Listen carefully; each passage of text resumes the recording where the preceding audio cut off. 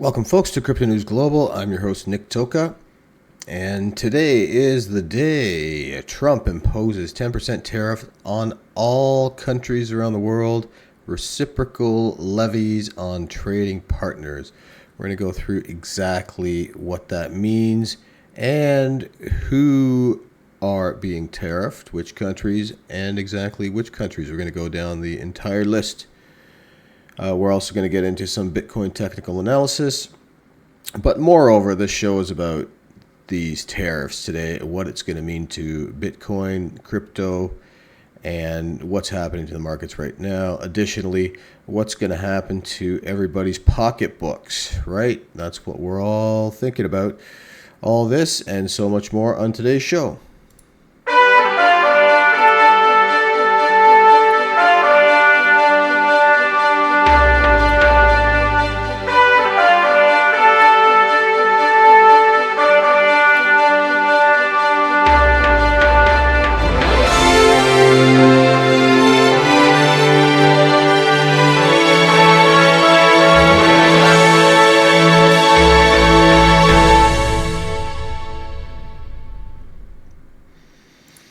Welcome, folks, to Crypto News Global. I'm your host, Nick Toka. Today is April 2nd, 2025, and the tariff day that we've all been waiting for, April 2nd, and the tariffs did go down at 4 p.m. Eastern as promised. And today we're going to go through things a little bit differently. We're going to go through our story first because I want to go through this information before you guys hear it from me first. So, Trump imposes 10% tariff on all countries, reciprocal levies on trading partners. United States President Donald Trump signed an executive order establishing reciprocal tariffs on trading partners and a 10% baseline tariff on all imports from all countries. The reciprocal levies on will be approximately half of what trading partners charge for U.S. imports, Trump said. For example, China currently has a tariff of 67% on U.S. imports, so U.S. reciprocal tariffs on Chinese goods will be 34%. Trump also announced a standard 25% tariffs on all automobile imports. Trump told the media that tariffs would return the country to economic prosperity seen in previous centuries. And I've been calling for this. I am so proud today, actually. I front ran BlackRock in the Bitcoin, largest asset manager in the world. And then I front ran Trump in these decisions. In fact, I sent him a tweet about this. Not that he listened to me, but at least 6 months ago, talking about exactly this. And let's continue with the story before you think of me as, good or bad or whatever. By the end of this article, you're going to think that his plan is actually brilliant, and it's going to bring us back to a more profitable, pleasant time in U.S. history. So, the reciprocal tariffs will be approximately half of what the trading partner puts on them right now. Trump told the media that tariffs would return the country to economic prosperity seen in previous centuries. And we've talked about this before, folks, on this show. From 1789 to 1913, we were a tariff-backed nation. Many countries were tariff-backed nations. The United States was proportionately the wealthiest it has ever been. So wealthy, in fact, that in the 1880s, they established a commission to decide what they were going to do with the vast sums of money they were collecting from tariffs. Then, in 1913, for reasons unknown to mankind, they established the income tax so that citizens, rather than foreign countries, would start paying, Trump said. He's absolutely bang on here. These are all the countries. We're going to zoom in on this and go through this list momentarily, but let's still continue with the story. Trump presented the tariffs through the lens of economic protectionism and hinted at returning the economic policies of the 19th century by using them to replace the income tax. Trump proposes eliminating federal income tax and replacing it with tariff revenue. We talked about this. Trump proposed the idea of abolishing the Internal Revenue Service, IRS, and funding the federal government exclusively through trade tariffs while still on the campaign trail in 2024. According to the accounting automation company Dancing Numbers, Trump's plan could save each American taxpayer $134,000 to $325,000 in taxes throughout their lives. The higher range of the tax savings estimate will only occur if other wage-based taxes are eliminated at the state and municipal levels. Commerce Secretary Howard Lutnick, who assumed office in February, also voiced support for replacing the IRS with the External Revenue Service. Lutnick said that the U.S. government cannot balance a budget yet consistently demands more from its citizens every year. Tariffs will also protect American workers and strengthen the U.S. economy, he said. So, that's a bit of a... All you're going to hear in media today is Trump tariffs the world, right? But I'd like to hear, I try not to watch CNN, folks, or, a lot of the mainstream shit that they're putting on. I used to work for one of these media companies, and so I'm in IT. And I was actually the guy, when I say media companies, I'm talking about the second biggest media company in the country. So I used to be in IT, and I was the guy who was in charge of many things, but one of the things I was also in charge with, which they deemed, IT related, was the newswire. Okay? So the only newswire, you think that, you turn on the channel and there's one news channel, then there's another news channel, another news channel, another news channel, right? They all get their news from the one news channel, Reuters. There's only one. That's it. It comes in on this little DOS, it basically this little modem, about yay big, and the news information comes through this little modem. This modem translates it into like a DOS type text. It literally comes up like, like this, right? This is what you get. And then the news wire is just like coming in like this, just basic text, right? Everybody gets the same one. Then, of course, the editors take it and then they change it a bit into whatever. Maybe they add a few words and they take away a few words. But ultimately, every single media company is getting the exact same news from the exact same news wire.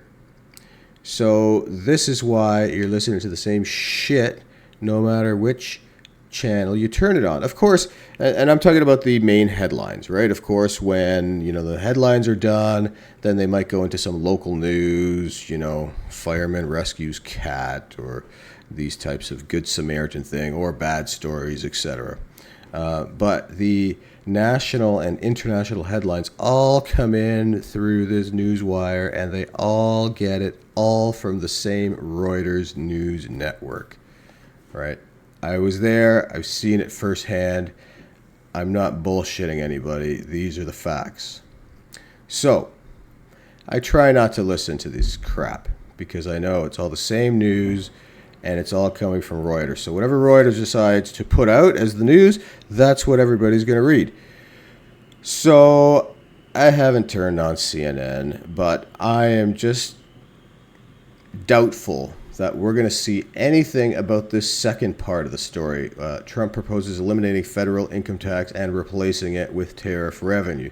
Basically cutting the tax, 100% of the tax, for citizens and instead replacing it with tariff revenue. Let's go through the countries. I doubt we're going to see anything like that. I'm going to turn it on out of curiosity. I'm going to check out CNN in a bit, and I'll see what they say. So let's dig deeper here into the tariffs fast. So we've got on the left the blue, and the blue and white is the tariff that the country currently has, or historically and currently has, on U.S. goods. So that means if the States was sending anything to one of these countries, they had this percentage in the blue column. So let's take China, for example. If the States was sending anything to China, China was charging 67% tariff. So the yellow column on the right is the new tariff that Trump is going to charge for goods coming into the U.S. All right, so he's charging half as much as what the other country is currently charging. So China is charging 67% for whatever the U.S. Is sending it. So on U.S. goods sent to China, so China would consider this U.S. imports, right? It's 67%. And now for American imports, so things that are coming from China to the States, they're now going to put a 34% tariff on that. The States are. This is what was announced today. The yellow is basically what was announced today. The blue is what's been ongoing from all these countries. So let's continue on. European Union, 39% they were charging in tariffs. So now the States is going to charge 20%. Vietnam, 90%. So we're making it 46%. Taiwan, 64%. We're making ours 32%. Japan, 46%. We're making ours 24%. Again, pretty much approximately half. And he even said approximately, right? Half of what the other country's been charging. India, 52%. Now the States, 26%. South Korea, 50%. States now 25% tariff. Thailand, 72%. The States now 36%. Switzerland, 61%. The States now 31% tariff on any imports coming from Switzerland. Indonesia, 64%. States now 32%. Malaysia, 47%. States 24%. Cambodia, 97%. States 49%. UK, United Kingdom, 10%. And this is the minimum here we're seeing for the first time. No matter which country you are, there's now a 10% tariff on every country, right? So UK was charging 10% tariff. Now the States is 10% tariff. So they're not, the minimum is 10%. They're not like, oh, because the UK is charging 10, we're going to charge 5. No, the minimum for every country around the world now is 10% tariff for anything going from the originating country into the States. So imports into the States, 10% for everybody. South Africa, 60%. US now 30%. Brazil, 10%, and US 10%. Bangladesh, 74%, US 37%. Singapore, 10%, US 10%.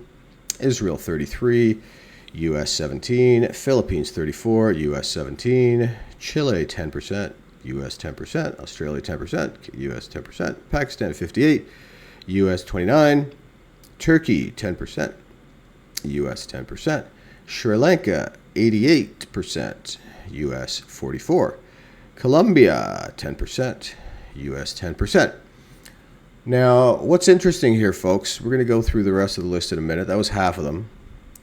And remember, if you're not in this list of countries, you're still being charged now a 10% tariff, no matter which country you are.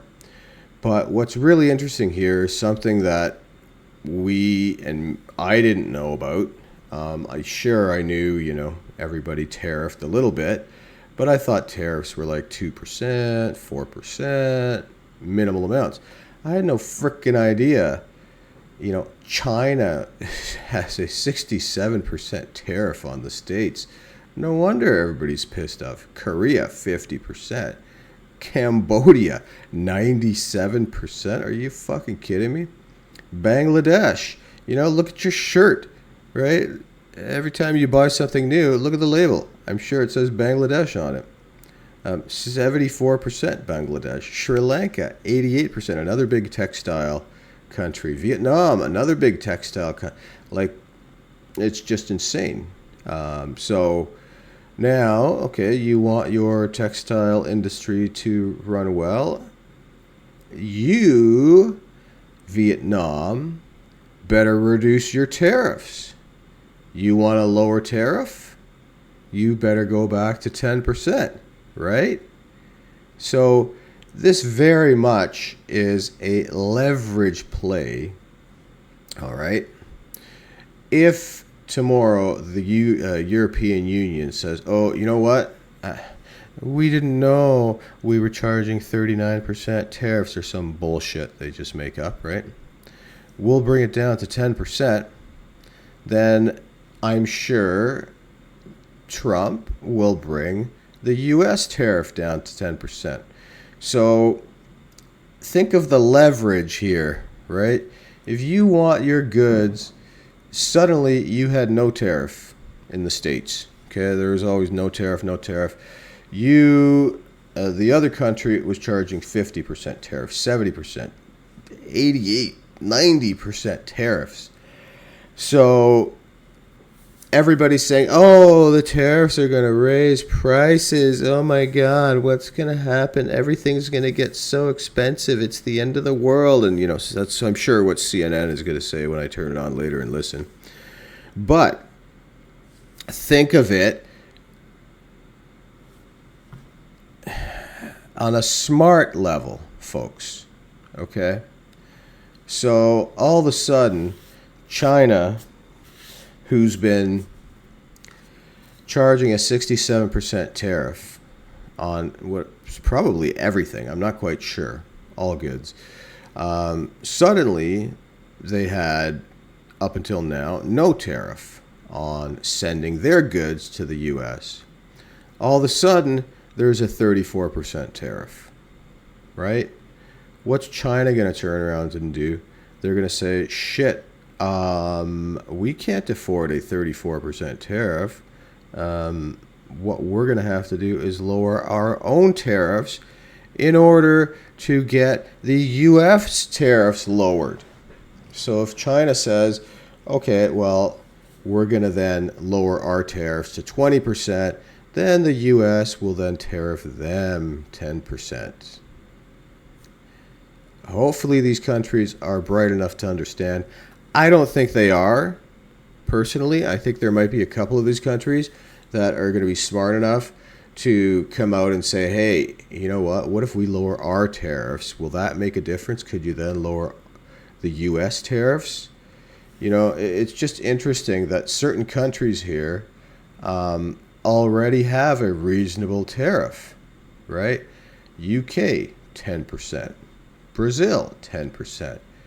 Brazil, who's not like a freaking economic powerhouse, Brazil's been, you know, their economy's tanking, right? It's just insanity. You know, Indonesia, huge countries here. Switzerland, 61%. Thailand, 72%.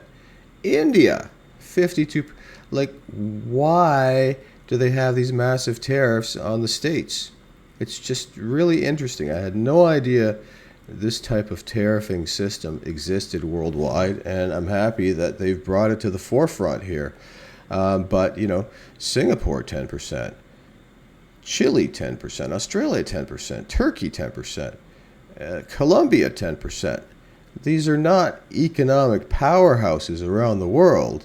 But yet they weren't gouging the states like some of these other bastards, right? South Africa, 60%. Switzerland, 60% tariffs? Seriously?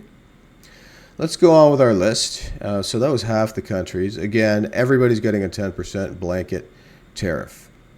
And these are specific countries that they've put out a list for reciprocal tariffs. So clearly some of these countries have been gouging the states, and now it's payback time, right? Or at least it's negotiation time. That's the way I look at it. So Peru had again, in the blue column here, the tariff that was in the country. So if the states was sending any goods to Peru, Peru was charging a 10% tariff. And now, before it was apparently 0% tariff if things were being imported from Peru, but now there's a 10% tariff. Nicaragua was 36%, and now it's 18% from the states. Norway, 30%, 15% from the states. Costa Rica, 17%, 10% from the states. Jordan, 40%, now 20% from the states. Dominican, 10%, 10%.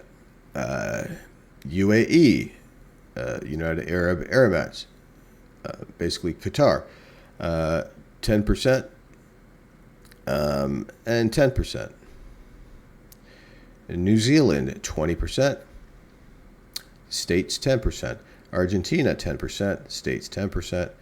Ecuador, 12%, states 10%. Guatemala, 10%, states 10%. Honduras, 10%, states 10%. Madagascar, 93%, states 47%. Myanmar, Burma, 88%, states now 44%. Tunisia, 55%, states now 28%. Kazakhstan, 54%, states 27%. Serbia, 74%, states 37%. Egypt, 10%, states 10%. Saudi Arabia, 10%, states 10%. El Salvador, 10%, states 10%. Côte d'Ivoire, 41%, states 21%. Laos, 95%, states 48%. Botswana, 74%, states 37%. Trinidad and Tobago, 12%, states 10%. And Morocco, 10%, states 10%. So again, we get into some countries here that are not economic superpowers, folks. Honduras, one of the poorest countries in the world, we're only charging a 10% tariff. So why the hell was Switzerland charging 60 and Thailand 72? No wonder. This is, again, payback time. Madagascar, 93%. Why? I guess maybe they don't want products from the States. Maybe this is why. I don't get it. Maybe they want to get everything from, African nations. Regardless, Saudi, 10% is all they had as a tariff. Egypt, 10% is all they had. El Salvador, they only had 10%. Morocco, they only had 10%.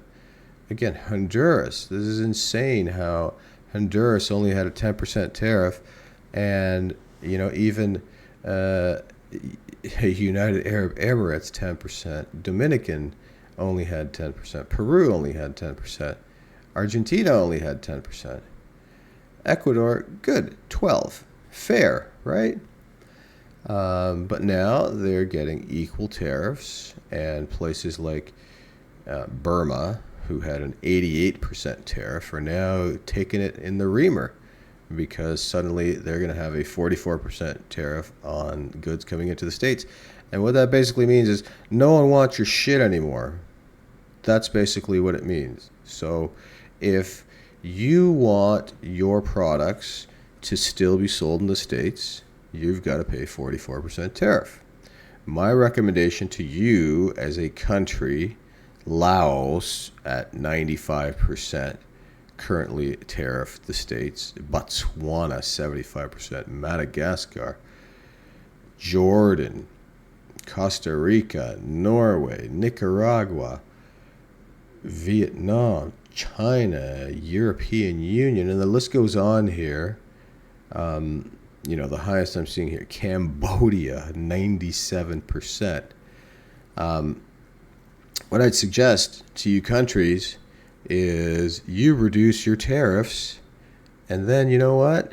Your tariffs for sending your goods to the States, the place you've been sending them and the place where you want to continue sending them, your tariff will now go down in price. So I don't see these tariffs living for long. If any of these leaders had a slight amount of cognitive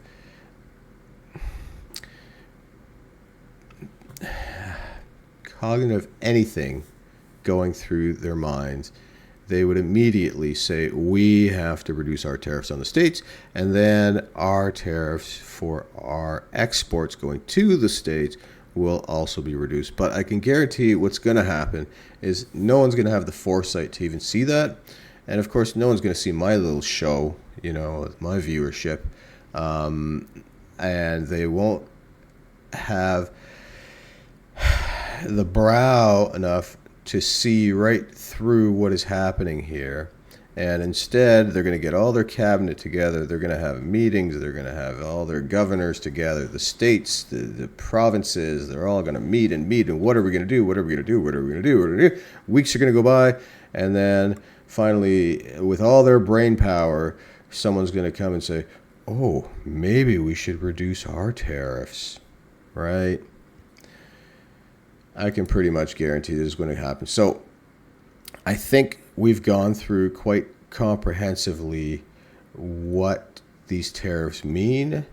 No, this guy's not an asshole. This guy is saving the U.S., saving his country. Now, it doesn't matter what the country's name is.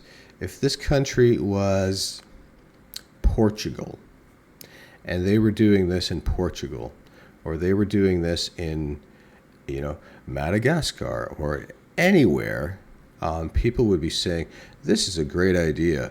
They're taking things under their own initiative, and they're going to make their country better again for their citizens, right?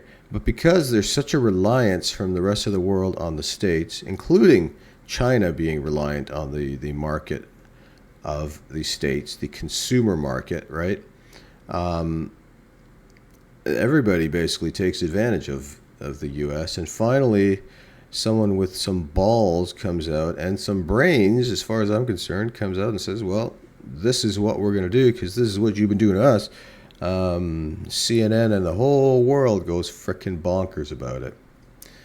Let's jump into our Bitcoin technical analysis. We definitely have seen some action on the biddy and kind of what it means for the biddy.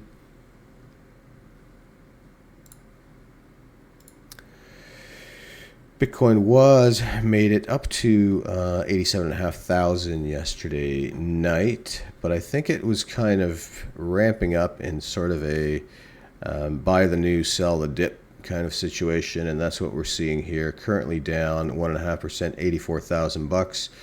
Ethereum down 3%, 1,832. Solana down 5%, 120 bucks. XRP down 2.5%, $2.05. Doge down 3.5% to 60.5 cents. Crypto Bubbles shows us that for the day, it's about a 60-40 mix in terms of red to the green. If we go for the hour, though, almost everything's in the green for the past hour. So we should see, hopefully we see that, we're bottomed out and all the Trump talk is all now incorporated into the pricing, and hopefully we see a bounce from this point.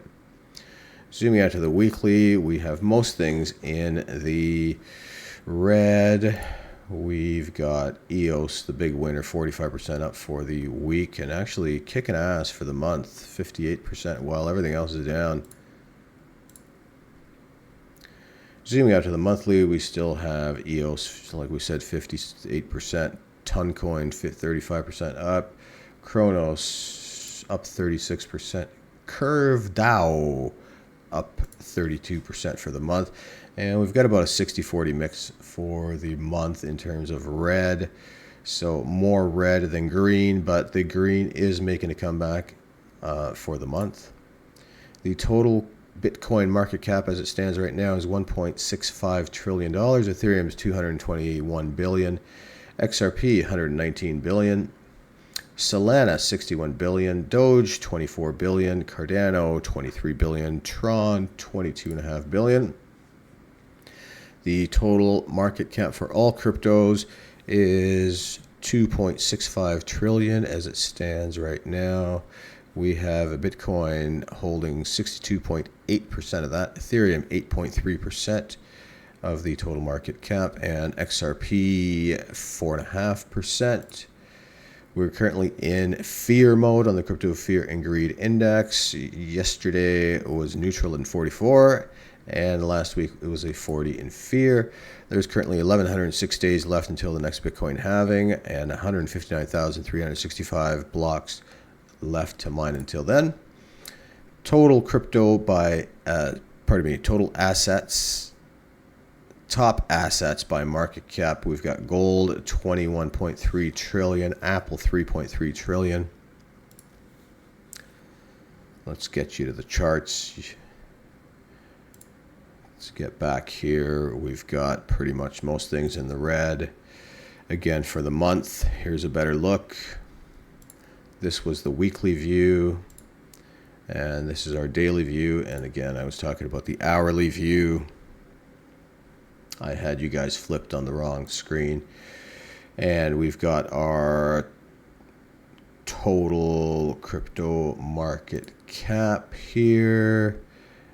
Our numbers, again, just to refresh it, 62.8% of the entire crypto market cap is in the biddy.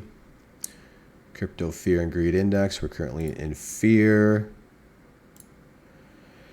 Getting back to the top assets by market cap, we're down to Microsoft, number 3 at 2.8 trillion, Nvidia 2.7 trillion, Amazon 2 trillion, Google 1.9 trillion, silver 1.9 trillion, Saudi Aramco, the oil company, 1.7 trillion, Bitcoin 1.653 trillion, and Facebook 1.479 trillion. You can currently get 1,200, make that 1,193 satoshis for one fiat US dollar. The US national debt keeps on climbing, and I'm going to pay closer attention to this. So the current US national debt, 36 trillion 675, make that 676 billion in the next hour. I'm curious to see if this debt clock starts slowing down. The debt per citizen right now is 107,239, and per U.S. taxpayer, it's 323,048. So I also noticed, and this just, I didn't even notice this, and it's been here for probably a month or a few weeks anyway. So the Doge clock. First of all, I didn't know that Doge had a symbol, and if you look at it, let's zoom in here a bit. Right, check it out.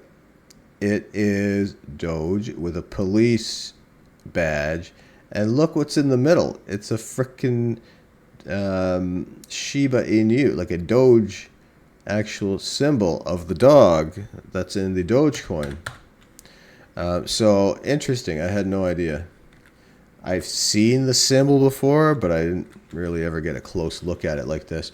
So what we've got here is the Doge clock, Department of Government Efficiency clock, right? How much they've saved?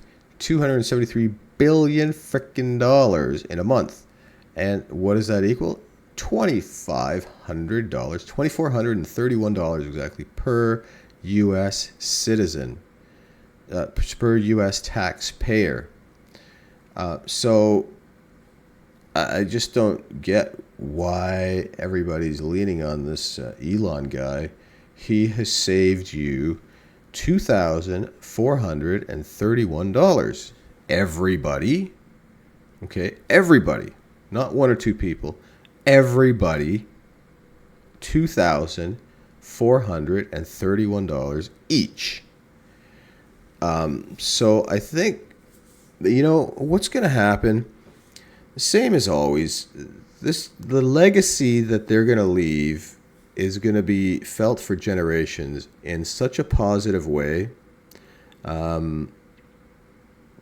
I just don't understand. I'm hoping they set a precedence for the rest of the world to see what kind of shit that their current government and administrations are, and what they could become if they just do a little thinking, right? Get some people in there with high IQs and do some freaking work for a change. Instead of complaining that your wages, your triple-digit wages, are too low for sitting on your ass and not really doing anything, reduce the bureaucracy, save people money.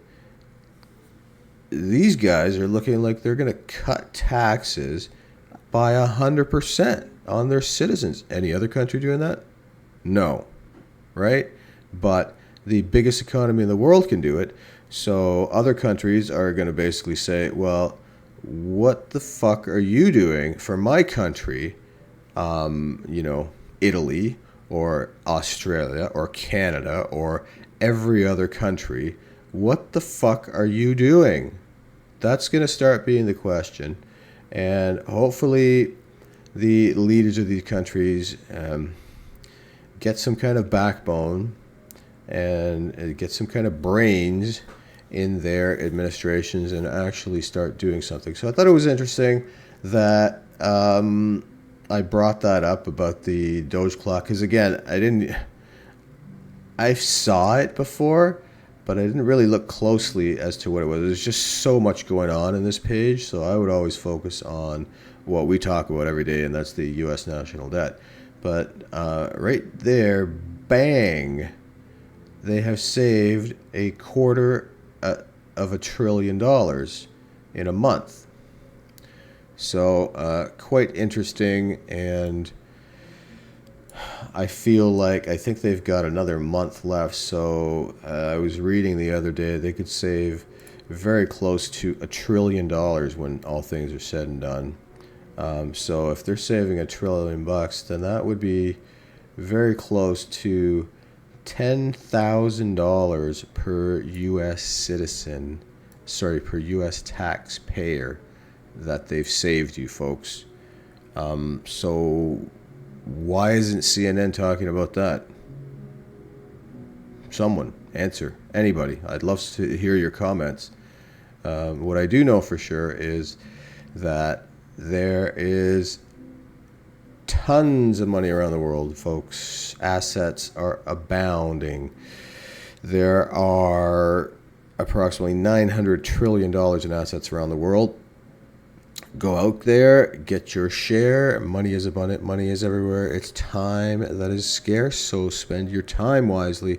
Always spend less money than what you earn. And if you suddenly start making more money, start saving more money. Don't start spending more money, and start saving and investing today, especially if you're young. If you're in your late teens, early 20s, start investing. And ideally, you can retire when you're 40 or 45. If you've got a great idea, don't wait for tomorrow for it. Start today. Even if you're not ready, start your idea. Things will slowly come together, and your idea will come to fruition. And even if it doesn't work out for you, you'll at least have the satisfaction knowing that you tried, and not this regret thinking, I had this great thing, but I never actually went through with it, right? Because this is something that could haunt you forever, the not trying part. The trying and failing, you know what that just means? You learned. That's it. You learned. Now you know better for the next time. But not trying at all, you end up living in regret. At CryptoNews Global, folks, the idea here is to get to over 1,000 subscribers this year. So I'd love it if you help join this journey on the subscribership. It's 100% free. All you got to do is hit the subscribe button. I would greatly appreciate it. I'm going to keep coming to you with the latest news in crypto and stories from around the world, folks. You see how it is. It's not always about crypto. Sometimes it even gets political here. Depends how heated the world playground is at the time. So if you found this stream likely useful, please share, like, comment, and subscribe on it. And we will see you on the next stream, folks. Thanks so much for joining.